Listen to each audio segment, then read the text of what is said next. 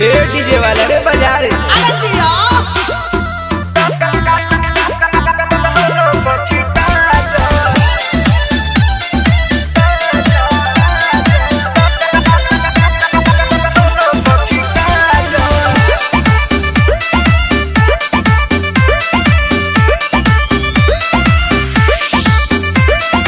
पहले पहलावा की सुनो सखी काजल, हाँ पहले पहलावा की सुनो सखी काजल,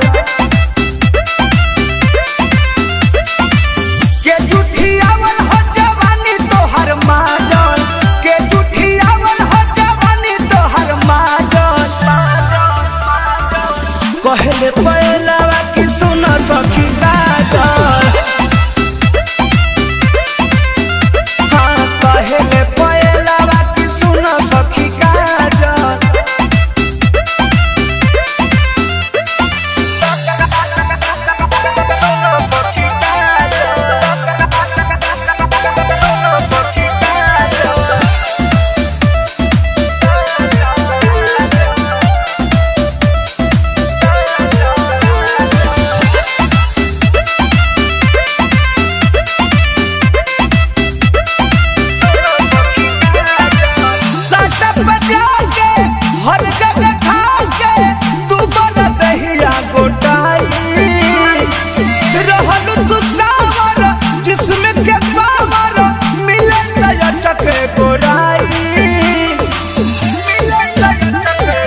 सुनो तारू साटक बजा के हर जगह खा के दोबारा दहिया गोटाई रहल तू सावर जिसमें के पावर मिलन या चके गोराई, मिलन या चके गोराई।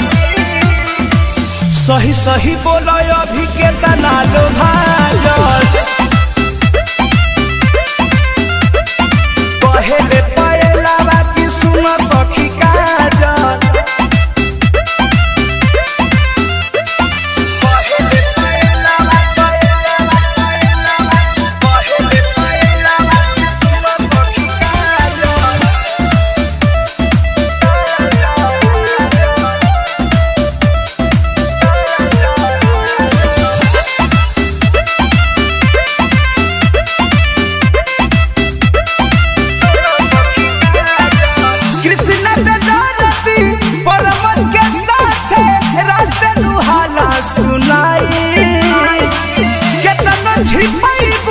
हमें न बताइबू छुट्टी न खाई का बुझलू देखलू कृष्ण पे दरदी परमत के साथ रात रुहाला सुनाई, केतना छिपाइबू हमें न बताइबू छुट्टी न खाई ले हाई, छुट्टी न खाई ले हाई। ढीला ढीला भइल बावे कहाँ बाजा बाजल, हाँ पहले पहलावा की सुनो सखी काजल, के जुठियावल हो जवानी तोहर माजल, के जुठियावल हो जवानी तोहर माजल। पहले